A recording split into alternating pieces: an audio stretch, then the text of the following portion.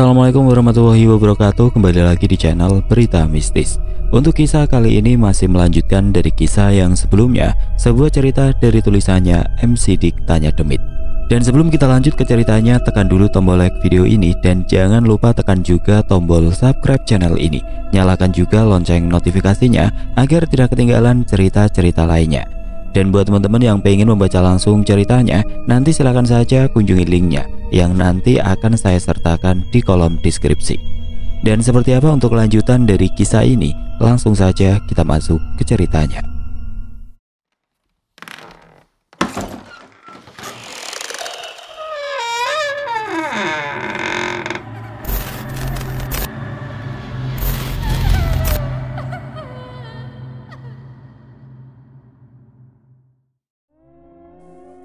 Awalnya semua orang tahu bahwa di tengah-tengah hutan ini terdapat sebuah desa yang besar.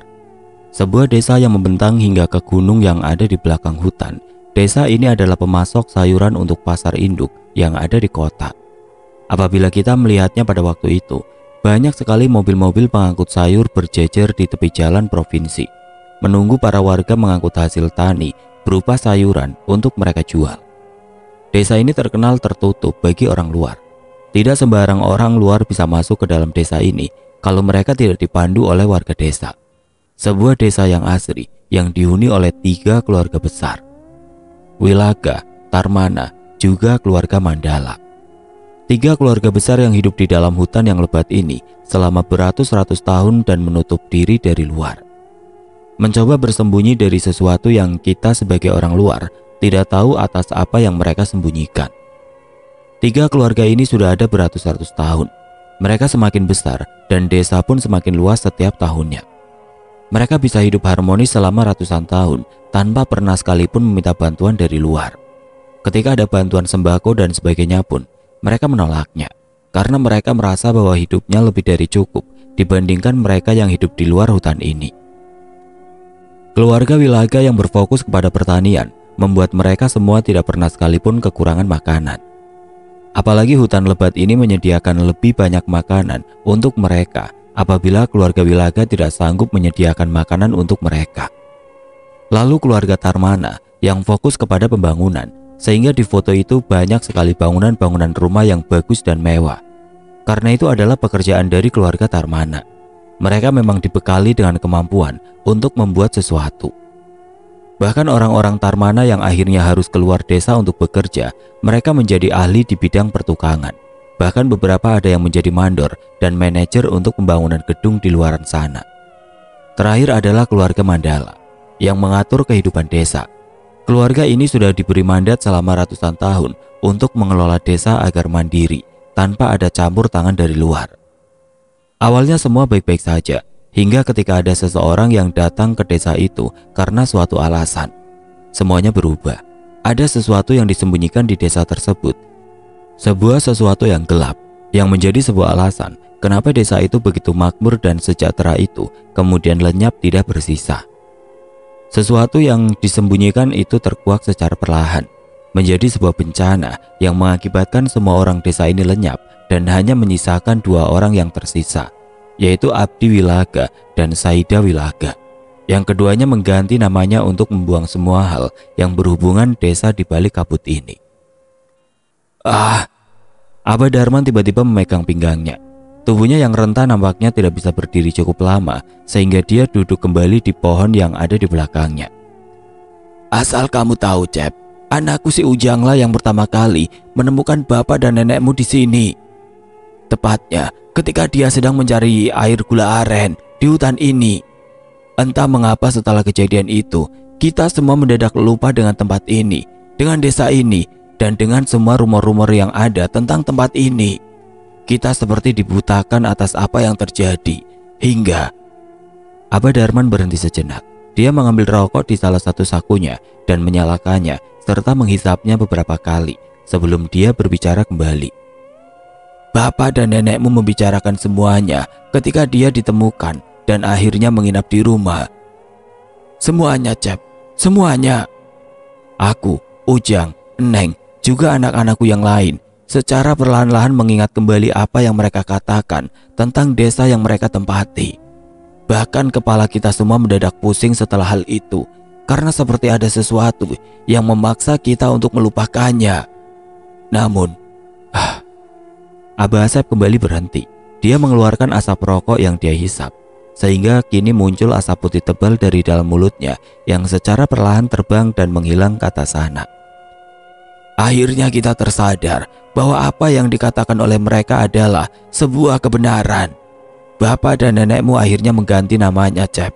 Dia dibantu oleh si Ujang mengurus semuanya, karena secara administrasi desa itu masih menyatu dengan kampung Balai Letik.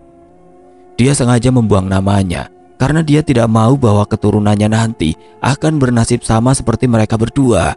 Sehingga keturunan dari desa ini yang berisi dari 3 nama keluarga itu berhenti di nama mereka hingga ajal mereka menjemput. Nama mereka akhirnya berubah atas bantuan si Ujang. Lalu mereka pamit untuk tinggal di kampung ini lebih lama. Mereka berkata mereka takut bencana yang terjadi kepada desa mereka akan terjadi kembali apabila mereka masih tinggal di sini. Setelah itu mereka akhirnya pergi, dan sebelum berangkat aku menuliskan nama dan alamat serta nomor telepon si Ujang yang bisa dihubungi agar mereka berdua tidak lupa dengan keluarga kita yang menemukan mereka di tengah hutan ini. Aku dan Denny hanya bisa terdiam mendengar apa yang dikatakan oleh Abah Darman pada saat itu. Aku tidak menyangka bahwa di dalam hutan yang lebat dan terpencil seperti ini ada sebuah tempat yang menjadi tempat tinggal nenek sebelum dia pindah ke kampungku yang sekarang. Lalu, Bah, aku yang masih penasaran tiba-tiba bertanya kepada Abah yang masih fokus dengan rokoknya. Apa hubungannya semua ini dengan kematian nenek dan dirinya yang gentayangan di kampung? Abah Darman hanya mengangguk. Dia mengusap-ngusap jenggotnya yang sudah memutih sambil sedikit tersenyum.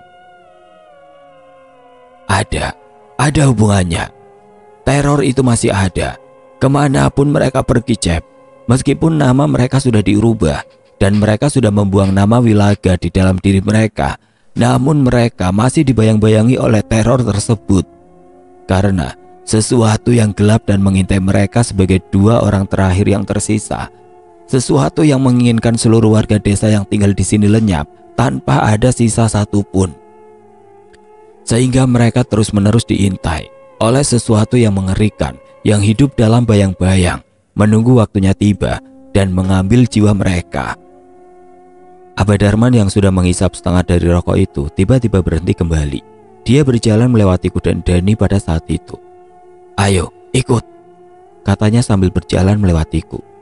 Aku hanya bisa mengangguk dan berjalan mengikuti dirinya di tengah-tengah hutan yang lebat ini. Apakah kamu tahu di mana makam bapakmu, Cep? Abah Darman tiba-tiba bertanya tentang bapak. Seseorang yang hanya mempunyai sedikit ingatan di dalam diriku karena dirinya sudah meninggal dan belum sempat mengurusku yang pada saat itu masih kecil. Aku menggelengkan kepala. Aku benar-benar tidak tahu tentang sosok bapak, bahkan setelah kematiannya pun menjadi misteri yang hingga saat ini belum terpecahkan. Karena ketika bapak kecelakaan di tol, nenek tiba-tiba pergi dari kampung selama seminggu dan pulang tanpa membawa jasad bapak untuk dikuburkan. Abah Darman yang melihatku yang sedang menggelengkan kepala hanya tersenyum dan kembali berjalan menyusuri jalanan setapak yang penuh akan rumput-rumput liar di kedua sisinya. Tidak lama dia menuju ke arah salah satu pohon besar yang di bawahnya ada sebuah gundukan tanah yang kini sudah dipenuhi oleh rumputan. Apabila mata kita tidak fokus melihatnya, akan sedikit sulit memastikan bahwa apa yang Abah Darman tunjuk itu adalah sebuah makam dengan batu-batu kecil yang mengelilinginya. Di sana adalah makam bapakmu, Cep. Bapak Abdi Wilaga, lebih tepatnya Bapak Dadan Wilantika. Seperti namamu, Cecep Wilantika. Nenekmu terakhir kali datang ke rumah ketika dia membawa sebuah mayat yang dibungkus oleh kain kafan. Dia berkata bahwa sudah waktunya bagi anaknya meninggalkannya. Nenekmu datang dan meminta bantuan kepada si Ujang untuk menguburkannya di tempat ini. Aku ingat, dia datang ketika malam, lebih tepatnya menjelang tengah malam. Dibantu oleh orang-orang yang mengantarkan mayat bapakmu yang kecelakaan pada waktu itu, juga dibantu oleh si Ujang dan suami dari si Eneng. Mereka semua masuk hutan ini dan menguburkannya di sana. Dia berkata, semuanya harus kembali ke tempat ini, ke tempat di mana mereka dilahirkan dan dikuburkan. Karena kalau tidak, jiwa-jiwa mereka akan bergentayangan mencoba untuk pulang ke tempat ini meskipun itu tidak bisa mereka lakukan. Sehingga akan menjadi teror bagi siapa saja, bagi mereka yang ditinggalkan di sana. Dan itu adalah jawaban bagimu, Cep. Jawaban atas apa yang kamu cari, sehingga kamu harus jauh-jauh datang ke tempat ini untuk menanyakan hal tersebut. Ini adalah jawabannya. Nenek cucu harus kembali ke tempat ini sebagai orang terakhir yang tinggal di sini, di sebuah desa di balik kabut yang hancur karena ada sebuah ritual yang melibatkan seluruh warga desa. Kemakmuran, ketenaran, kekayaan yang mereka dapatkan rupanya hancur dalam sekejap. Desa yang mereka agung-agungkan kini tidak tersisa. Semuanya lenyap begitu saja. Seperti yang kamu lihat sekarang, Cep. Desa di balik kabut, atau dulu sering kita sebut desa Cihalimun, kini hanyalah hutan lebat. Semua yang sudah mereka bangun kini diambil kembali oleh mereka. Bahkan jiwa-jiwa yang hidup di sini, semuanya kembali kepada mereka. Dan nenekmu harus kembali ke sini dan dimakamkan di sini sebagai orang terakhir yang jiwanya harus direnggut atas apa yang sudah mereka lakukan di desa ini. Apa benar ini memang tempat tinggal nenek sewaktu bapak masih kecil? Sehebat apa kejadian itu sehingga semuanya nampak tidak bersisa? Aku yang mendengar semua penjelasan Aba Darman kini hanya bisa terdiam menatap semua makam yang kini sudah penuh dengan rerumputan. Sebuah makam yang berisi jasad bapak yang dikubur setelah semuanya meninggal. Namun aku benar-benar tidak mengerti karena tidak ada tanda-tanda bahwa di sini pernah ada kehidupan. Semuanya menghilang, seperti ada yang melenyapkan dengan paksa hingga tidak tersisa. Semua cerita dari Aba Darman sepertinya sulit untuk dicerna oleh otakku. Namun jika mengingat kembali, aku yang pada waktu kecil seringkali ketakutan karena melihat para makhluk yang muncul di luar rumah, juga mimpi yang aku dapatkan sebelum nenek tidak berdaya di dalam kamarnya. Mungkin itu semua berawal dari sini. Mereka memang sudah mengawasi nenek, mengawasi bapak yang menjadi orang terakhir dari tempat ini. Aku berjalan mendekat ke makam bapak, sedangkan Dani dan Aba Darman hanya duduk di dekat pohon dan melihatku dari kejauhan. Aku duduk melewati rerumputan yang tumbuh di sekitaran makam. Sebuah makam yang tidak terurus, karena mungkin ketika nenek datang dan memakamkannya, dia tidak pernah lagi datang ke tempat ini. Kini sudah tugasku yang harus memindahkan jasadnya ke tempat yang seharusnya, ke tempat di mana dia dilahirkan. Meskipun hal itu mungkin akan menjadi sebuah pertanyaan bagi masyarakat kampung, namun aku harap Aba Asep yang hingga saat ini mungkin masih menunggu kepulanganku akan membantu menjawab semua pertanyaan itu. Aku akhirnya jongkok di dekat makam bapak. Sebuah makam dari sosok ayah yang aku sendiri pun hanya sedikit memori tentangnya. Abdi Wilaga, nama yang bagus, yang terpaksa harus diganti menjadi nama Dadan Wilantika, seperti namaku, Cecep Wilantika. Itu semua mereka lakukan agar aku tidak menjadi korban atas apa yang terjadi kepada mereka semua. Karena aku bukan bagian dari keluarga Wilaga yang tinggal di tempat ini.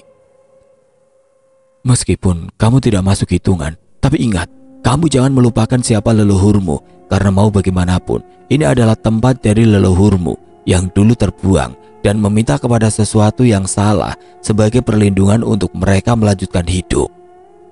Dek, jantungku tiba-tiba berdetak kencang. Ada semilir angin tipis yang disertai dengan sebuah suara yang berbisik ke arahku. Aku bisa dengan jelas mendengar suara itu. Sebuah suara yang muncul entah dari mana, sehingga aku pun memalingkan wajahku. Dan ternyata, kemana Dani dan Aba Darman pergi? Tanyaku dengan nada yang heran. Tepat ketika aku memalingkan wajahku ke belakang, aku melihat kembali sebuah kabut tebal yang tiba-tiba menutupi seluruh tempat ini. Pepohonan yang menjulang tinggi hingga ke atas sana tiba-tiba tertutup kabut, sehingga jarak pandangku terbatas. Semuanya berubah menjadi putih, hanya makam bapak dan beberapa pohon yang ada di dekatku yang bisa aku lihat. Sedangkan sisanya aku tidak bisa melihatnya karena kabut ini sangatlah tebal. Kalau kamu bilang bahwa semua kini menjadi hutan, hal itu sepertinya sebuah kesalahan karena desa itu masih ada meskipun kini sudah berganti alam. Suara itu terdengar kembali bersamaan dengan sebuah angin tipis yang kembali berhembus tepat ke arah telingaku pada saat itu. Sehingga aku pun kembali menolehkan kepalaku, mencari asal suara tersebut hingga Astaga, siapa kamu? Kataku dengan nada yang sedikit meninggi.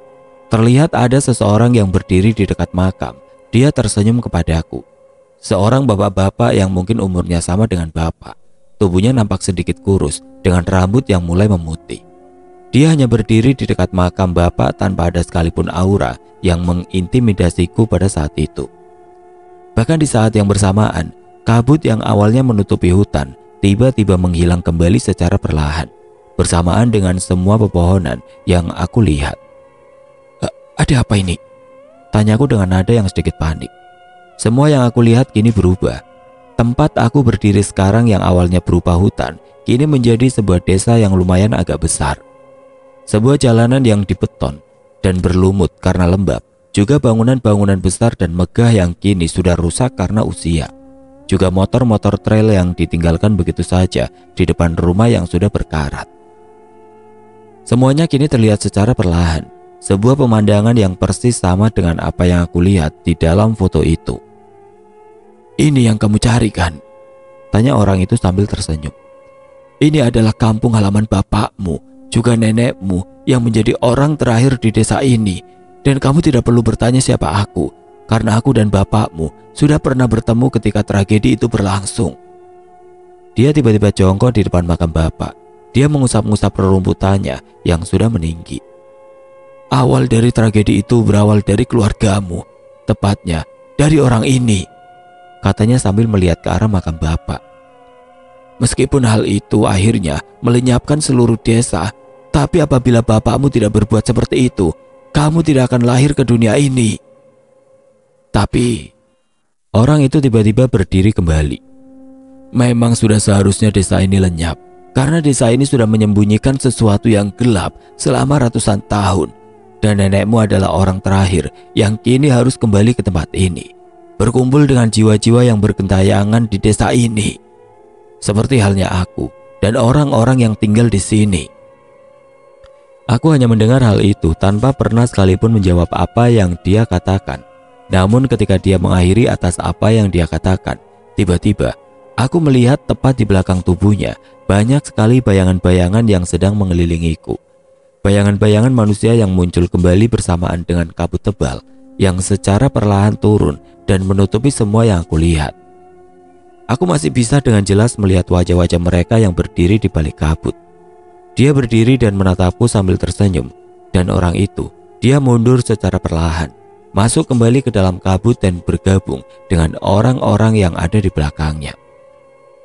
Semuanya kembali menjadi putih, bahkan kini putihnya lebih pekat dari sebelumnya. Kabut tebal itu kini seperti melahapku karena dia mendekat dan mendekat, menutupi semua pandanganku. Hingga tiba-tiba aku tersadar, tepat ketika aku merasakan ada sesuatu yang menepuk punggungku pada saat itu. Cep, cep, sadar cep, cep. Secara perlahan aku mendengar suara Dani yang berusaha untuk menyadarkanku. Dan tidak lama kemudian, mataku kembali terbuka dan melihat Dani dan Aba Darman yang kini berada tepat di dekatku.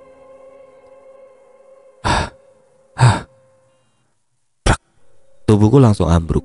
Aku terduduk tepat di dekat makam bapak. Nafasku terengah-engah dengan detak jantungku yang berdetak dengan kencang. Kamu kenapa, Cep? Tiba-tiba matamu menjadi putih semua. Lalu kamu yang awalnya jongkok tiba-tiba berdiri. Kamu kesurupan? Tanya Dani dengan sedikit panik. Aku hanya menggelengkan kepalaku beberapa kali. Sambil menatap makam bapak yang ada di depanku, aku kemudian berkata, Enggak, aku enggak kesurupan. Tapi aku tadi seolah-olah pergi ke desa yang ada di tempat ini. Desa di balik kabut yang menjadi tempat tinggal nenek. Sekarang aku mengerti kenapa nenek harus segera dipindahkan. Karena jiwa-jiwa mereka tidak bisa lepas dari tempat ini meskipun mereka sudah meninggal. Nenek memang tidak bisa dimurnikan atau bagaimanapun. Dan tubuh nenek yang ada di kampung akan terus bergentayangan apabila tidak dipindahkan ke sini. Seperti halnya tubuh bapak setelah dia meninggal.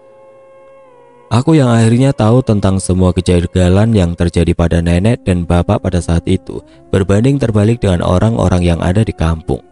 Kini mereka berkumpul di rumahku yang kecil itu dengan jasad nenek cucu yang terbaring begitu saja di tengah rumah dan hanya ditutup oleh kain jarik dengan motif batik miliknya yang diambil dari dalam lemari. Semuanya kebingungan, semuanya panik. Bahkan semuanya dilanda ketakutan atas apa yang terjadi di kampung pada saat itu. Apa yang mereka rasakan semalaman adalah sebuah teror yang menakutkan, karena bisa merusak rumah-rumah mereka yang hampir sebagian besar terbuat dari kayu. Sebagian warga kampung akhirnya lebih memilih untuk tidak bekerja di hari itu. Mereka mau tidak mau harus memperbaiki dan membereskan barang-barang rumah yang terbang dan terlempar ke sana kemari di malam kemarin. Dan sebagian lagi kini berkumpul di depan rumahku. Mereka berdiskusi apa yang harus mereka lakukan selanjutnya karena mereka khawatir ketika malam datang mereka akan kembali diteror oleh para makhluk yang kemarin datang dan merusak rumah yang ada di kampung. "Kumaha pak, ini si ibu sampai nangis-nangis soalnya piring-piring pada pecah kemarin." "Iya pak, itu juga tembok sampai penuh cakaran kayak gitu. Itu sama kayak yang ada di kamar nenek cucu. Persis seperti itu cakarannya." Dudi dan Aan nampak panik dan bertanya apa yang seharusnya para warga lakukan agar malam ini aman. Sedangkan Pak Andri yang dicecar oleh pertanyaan itu nampaknya belum bisa memberikan solusi. Dia hanya bisa terdiam dan mengangkat tangannya agar mereka diam terlebih dahulu. Dia seperti menunggu seseorang yang lebih paham akan hal ini untuk menjawab apa yang mereka katakan. Sesekali Pak Andri yang menunggu di luar rumah kini menengok ke dalam, tepat ke arah ruangan tengah di mana jasad nenek cucu kini terbaring. Di sana pula ada Abah Asep yang sedang melakukan sesuatu. Dia membawa beberapa bunga yang diambil di pekarangannya, lalu menyimpannya di sekelilingnya pada saat itu. Abah Asep seperti sedang memanjatkan sebuah doa. Dia mengangkat kedua tangannya hingga ke atas kepala dan mengusap kepala nenek cucu yang sudah dibalut kain kafan itu secara perlahan. Butuh waktu beberapa menit Abah Asep melakukan hal itu. Dan tidak lama kemudian, setelah semuanya selesai, Abah Asep tiba-tiba menengok ke arah Pak Andri.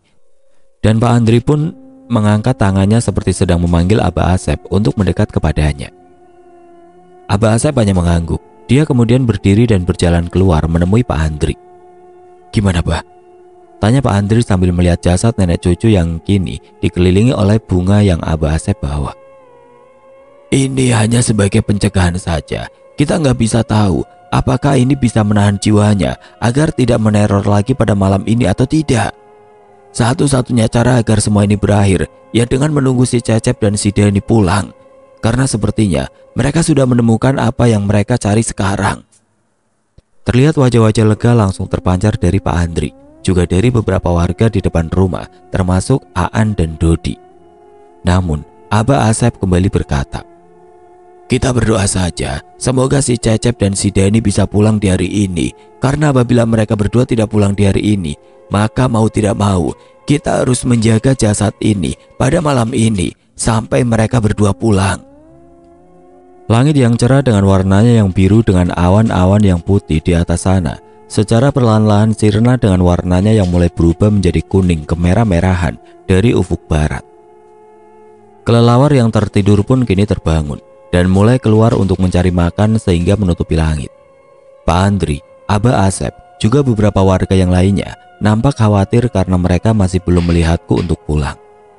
Sesekali para warga melihat ke arah jasad nenek cucu yang terbaring di tengah rumah, bersama dengan rasa khawatir dan rasa takut yang kini muncul di dalam diri mereka. Karena apabila hingga malam tiba, aku dan Dani belum pulang, maka mau tidak mau mereka harus menunggu jasad nenek cucu semalaman hingga pagi menjelang. "Dang, nyariin lampu rumah si Cecep. Sepertinya si Cecep nggak akan pulang malam ini, karena sudah jam segini dia nggak datang," kata Abah Asep yang memerintahkan Dadang untuk menyalakan staklar listrik rumahku di sore itu.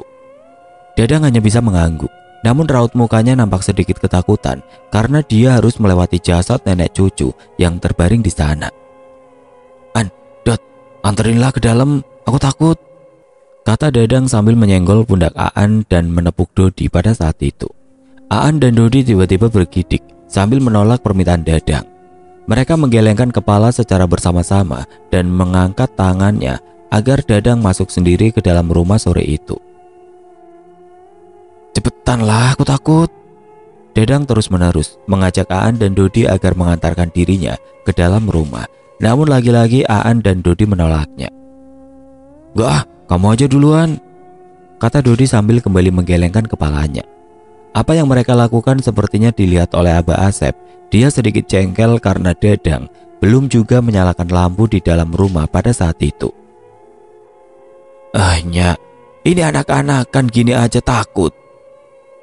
Sini, aku liatin kamu dari pintu. Kamu masuk ke dalam aja buat nyalain saklarnya, kata Abah Asep dengan sedikit emosi. Dadang yang mendengar hal itu dari Abah Asep seketika langsung berbalik, lalu mengangguk dan berlari kecil untuk masuk ke dalam rumah karena takut dengan apa yang dikatakan oleh Abah Asep di sore itu. Dia melepaskan sendal jepitnya, lalu naik ke dalam rumahku pada saat itu. Dia berjalan secara perlahan melewati jasad nenek cucu yang tertutup oleh kain jarik dengan motif batik berwarna coklat. Dia berjalan secara perlahan. Selangkah lebih langkah, pandangannya tidak pernah lepas dari jasad nenek cucu yang terbaring di sana. 1 langkah, 2 langkah, dan ketika dia melangkahkan kakinya yang ketiga, tiba-tiba, "Cepat, lama amat untuk nyalain lampu doang," Abah Asep berteriak dari arah pintu. Dia sedikit jengkel ketika Dadang berjalan pelan melewati jasad nenek cucu yang terbaring di sana. Sontak hal itu mengagetkan dirinya. Dia langsung berlari dan menekan saklar yang ada tidak jauh darinya. Tidak lama lampu rumah mulai menyala satu persatu. Cahaya di langit yang secara perlahan mulai gelap kini tergantikan oleh sinar lampu 5 watt yang menyala terang di seisi rumah. Namun entah mengapa Dadang tiba-tiba terdiam. Pandangannya lurus ke arah kamar nenek cucu yang terbuka tepat di depan matanya. Kamar nenek cucu itu sangatlah gelap. Saklar lampu yang berbeda membuat kamarnya masih gelap gulita pada saat itu. Seharusnya Dadang berjalan dan menyalakan saklar kamar agar kamarnya menyala sebagaimana mestinya. Namun dia terdiam. Matanya fokus memandangi kamar nenek cucu selama beberapa menit. Matanya terlihat seperti sedang melihat sesuatu yang ada di dalam kegelapan di dalam kamar tersebut. Hingga tiba-tiba Dadang langsung berteriak. Dia memalingkan wajahnya dan berlari ke arah luar. Dadang langsung turun dan memakai sendal jepitnya lagi. Lalu tidak lama dia kembali berlari kecil ke arah Aan dan Dodi yang duduk di luar rumah. "Kenapa kamu, Dang?" tanya Dodi yang heran atas apa yang dia lakukan. Itu ada," kata Dadang yang terbata-bata sambil sedikit ketakutan. Abah Asep yang melihat hal itu seketika langsung melepas sendalnya. Dia akhirnya masuk ke dalam rumah dan berjalan ke arah kamar nenek cucu pada saat itu. Dan ketika dia berada tepat di pintu kamar nenek cucu yang terbuka lebar, dia hanya terdiam sebentar dan menggelengkan kepala sambil bergumam secara perlahan. "Jadi, kamu diam di sini ternyata." Abah Asep melihat sebuah wajah besar berwarna merah. Matanya melotot tajam ke arahnya dengan gigi taring yang menonjol keluar. Gigi taring bawah dan gigi taring atas yang membuatnya nampak menyeramkan. Wajahnya yang memerah kini penuh dengan bintik-bintik kecil serta hidungnya yang besar dengan bulu hidungnya yang lebat. Dia hanya tersenyum melihat Abah Asep yang berdiri di sana. Mulutnya menyeringai dan sedikit terbuka di dalam kamar nenek cucu yang gelap itu. Seperti tidak ada rasa takut, Abah Asep hanya memandangi wajah besar itu selama beberapa menit. Setelah itu dia secara perlahan masuk dan berjalan ke kamar nenek cucu yang gelap itu. Hingga tiba-tiba sebuah suara terdengar. Cek. Suara dari saklar yang ditekan oleh dirinya hingga lampu 5 watt yang ada di dalam kamarnya kini menyala. Entah mengapa bayangan itu seketika menghilang. Tepat ketika lampu itu menyala secara perlahan dan menerangi apa yang ada di dalam kamar tersebut. Tanpa ada ekspresi, Abah Asep tiba-tiba kembali berjalan keluar, melewati jasad nenek cucu yang masih terbaring di sana dan kembali keluar. Namun tepat ketika dirinya keluar rumah, tiba-tiba dia mengajak semua warga yang ada di sini untuk berkumpul dan berkata bahwa ada beberapa dari kita harus berjaga di rumah dan ada pula yang harus menjaga jasad nenek cucu di rumah ini hingga pagi menjelang. Karena kalau tidak, kejadian kemarin malam akan terjadi lagi. Karena pemindahan jasad nenek cucu ke pemakaman yang baru bukanlah sebuah solusi atas apa yang terjadi kepada dirinya. "Dang, kenapa sih malah kita berdua yang kena? Bener gak, An?" Dodi nampak kesal karena kini dia dan Aan harus menemani Dadang, Pak Andri dan Abah Asep untuk menjaga jasad nenek cucu pada malam itu. Sebagian warga kini sudah pulang dan menyisakan mereka berlima untuk menemani jasad nenek cucu hingga aku pulang dan kembali ke kampung. Abah Asep memang sengaja memilih mereka karena mereka terbiasa untuk ronda malam sehingga mereka terbiasa untuk begadang ketika malam untuk menemaninya menjaga jasad nenek cucu yang terbaring di sana. "Udah, jangan cemberut. Nanti pasti kalian akan aku bayar atas apa yang kalian lakukan sekarang," jawab Pak Andri yang berusaha menghibur mereka bertiga pada malam itu. "Masalah kopi, masalah cemilan agar kalian gak ngantuk, nanti biar saya bawakan dari rumah. Yang pasti, kalian jaga rumah saja bersama dengan Abah Asep. Karena kalau tidak dijaga, nanti kejadian kemarin malam akan terulang lagi." Aan dan Dodi hanya mengangguk. Lalu tidak lama Dadang yang ada di antara mereka berdua tiba-tiba mengangkat kedua tangannya dan memegang pundak mereka berdua secara bersamaan. "Tenang kan, kalau ada apa-apa, ada Abah Asep, bener kan Bah?" kata Dadang sambil sedikit tersenyum. Abah Asep hanya terdiam saja ketika dirinya berkata seperti itu. Dia hanya menatap Dadang sebentar. Lalu tidak lama dia kembali melihat ke arah pintu kamar nenek cucu yang terbuka lebar di dalam rumah. Udah, ini juga kita lakukan buat kampung juga kan. Kalau kamu takut, ini ada uang buat kamu beli sesuatu di warung Bientin," kata Pak Andri sambil menyodorkan satu lembar uang yang berwarna merah kepada Dodi. "Beli cemilan aja, kopi dan gula biar aku yang bawa dari rumah. Biar Dadang sama si Aan nungguin di sini untuk sementara sama Abah Asep." Dodi yang masih cemberut atas apa yang harus dia lakukan bersama dua temannya ini akhirnya menerima uang tersebut. Sedangkan Pak Andri tiba-tiba mengangkat tangannya untuk menyuruh Dodi pergi ke warung Bientin pada malam itu. Tidak lama dia pun akhirnya pamit untuk membawa kopi, gula dan air panas untuk bekal mereka semua yang menunggu jasad nenek cucu yang ada di dalam rumah. Abah Asep, Aan dan Dadang pun kembali mengangguk dan mempersilahkan Pak Andri pergi dari rumahku dan pulang ke rumahnya yang ada di tengah-tengah kampung. "Tinggal kita bertiga nih An," kata Dadang yang tersenyum kecil kepada Aan yang ada di sebelahnya. Namun tidak lama kemudian Abah Asep yang kini bersama mereka semua tiba-tiba berbalik dan berjalan ke arah rumah. Dia melepas sendalnya dan akhirnya masuk ke dalam rumah tanpa ada sepatah kata pun. Seketika Dadang yang melihat Abah Asep langsung mengejarnya. Dia mencoba bertanya atas apa yang akan Abah Asep lakukan di dalam sana. Tapi Abah Asep tiba-tiba berkata kepadanya dengan wajahnya yang serius. Bahkan matanya melotot ke arahnya ketika dia berada di dalam rumah. "Jaga rumah ini dari luar. Aku akan masuk ke dalam kamar si cucu sekarang," katanya dengan nada yang sedikit pelan. "Ingat, jangan sekalipun membuka kamar itu sebelum aku membukanya. Kamu berdiam diri saja di luar rumah, apapun yang terjadi." Dadang yang mendengar hal itu merasa ketakutan atas apa yang dikatakan oleh Abah Asep. Baru kali ini dia melihat Abah Asep yang melotot ke arahnya, sehingga dia hanya membalasnya dengan sebuah anggukan dan membiarkan Abah Asep masuk dan menutup pintu kamar dengan sangat rapat.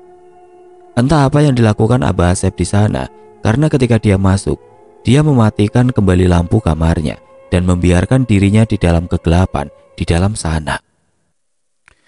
Dingin banget malam ini sih." Dodi yang pulang dari warung Bientin kini berjalan kembali menyusuri perkampungan untuk sampai ke rumahku pada saat itu. Dua buah kresek berisi cemilan kini berada di kedua tangannya. Dia berjalan menembus malam sambil melihat suasana kampung yang sepi. Hanya lampu-lampu 5 watt yang menyala redup di depan rumah-rumah yang berjejer, yang kini menjadi penerang satu-satunya bagi dirinya yang masih berjalan melewati rumah-rumah warga yang ada di sisi kiri dan kanan jalan. Hatinya gelisah, ingin rasanya dia pulang ke rumah dan tidur nyenyak di kasurnya. Namun dia tidak bisa melakukan hal itu, karena mau bagaimanapun ini adalah perintah Pak Andri yang tidak bisa dia tolak. Kalau saja si Dadang gak maksa buat bantu jagain nenek cucu, mungkin jam segini sudah tidur pulas di kamar. Dodi menghela nafas panjang. Dia yang awalnya berjalan di jalanan besar, kini belok ke arah kiri, ke sebuah jalanan gang yang sedikit sempit yang bisa tembus ke rumahku, yang dikelilingi oleh sawah dan kebun yang ada di belakang kampung. Ada-ada saja. Semenjak nenek cucu meninggal, kondisi kampung jadi kayak gini. Sepi, sunyi. Biasanya jam segini masih ada yang nongkrong. Dodi terus-terusan bergumam sambil berjalan melewati gang kecil itu. Tubuhnya beberapa kali menggigil kedinginan, seperti merasakan hawa yang semakin dingin oleh tubuhnya pada saat itu. Beberapa kali tubuhnya bergidik. Sepertinya rasa dingin yang dia rasakan semakin lama semakin dingin ketika dia semakin dekat dengan rumahku. Kenapa hawa di sini semakin dingin ya? Biasanya nggak dingin kayak gini. Tidak ada rasa curiga yang Dodi rasakan pada saat itu. Meskipun hawa dingin yang muncul semakin lama semakin membuatnya kedinginan, namun dia masih terus berjalan ke arah rumah karena dia merasa lebih aman berada di rumahku meskipun ada jasad nenek cucu yang ada di sana. Dia merasa bahwa Abah Asep bisa menjaganya dari sesuatu yang dia takutkan. Hingga secara tidak sadar, dia mulai mempercepat langkahnya menuju rumah. Meskipun tepat ketika dia keluar dari kampung dan tinggal melewati beberapa kebun warga untuk sampai ke rumahku pada saat itu, tiba-tiba sebuah aroma menyengat yang khas tercium olehnya. Sebuah aroma bau busuk yang tiba-tiba muncul dan membuat dirinya terhenti tepat ketika wajahnya melihat ke arah rumah yang kini tidak jauh dari tempat dirinya berjalan. Dia tampak terkejut. Dia menghentikan langkahnya dan hanya bisa melihat rumahku dengan pintu rumah yang terbuka dengan Aan dan Dodi yang sedang mengobrol dari luar. Di sana Dodi melihat ada seperti bayangan yang sedang berdiri di dalam rumah. Sebuah bayangan hitam yang berdiri tanpa disadari oleh Aan dan Dadang yang sedang duduk di luar. Matanya mencoba memastikan siapa yang berdiri di sana. Apakah itu adalah Abah Asep, Pak Andri, atau ada sosok lain yang menatapnya dari sana. Dodi bahkan sempat menggosok-gosokkan matanya oleh salah satu tangan yang sedang memegang kresek yang penuh akan cemilan pada waktu itu. Namun ketika dia menggosok matanya beberapa kali, tiba-tiba bayangan itu tiba-tiba menghilang. Yang Dodi lihat hanyalah sebuah ruangan tengah yang kosong dengan sebuah kain jarik yang menutupi mayat nenek cucu yang terlihat dari kejauhan. Dodi hanya menggelengkan kepala. Mungkin dia merasa takut karena jasad nenek cucu terlihat dari kejauhan karena pintu rumah terbuka dengan lebar. Sehingga dia pun berjalan kembali, mencoba untuk mempercepat langkahnya agar cepat sampai kepada Dadang dan Aan yang nampaknya masih asik mengobrol di luar pada saat itu. Namun langkahnya kembali terhenti pada saat itu. Tubuhnya mendadak terdiam dan seperti tidak bisa digerakkan. Dia merasakan bahwa ada sesuatu yang terasa di salah satu bahunya. Sesuatu yang terasa seperti sebuah tangan yang memegang pundaknya dari belakang. Apalagi setelah dia merasa bahwa dia ada sesuatu yang memegang pundaknya.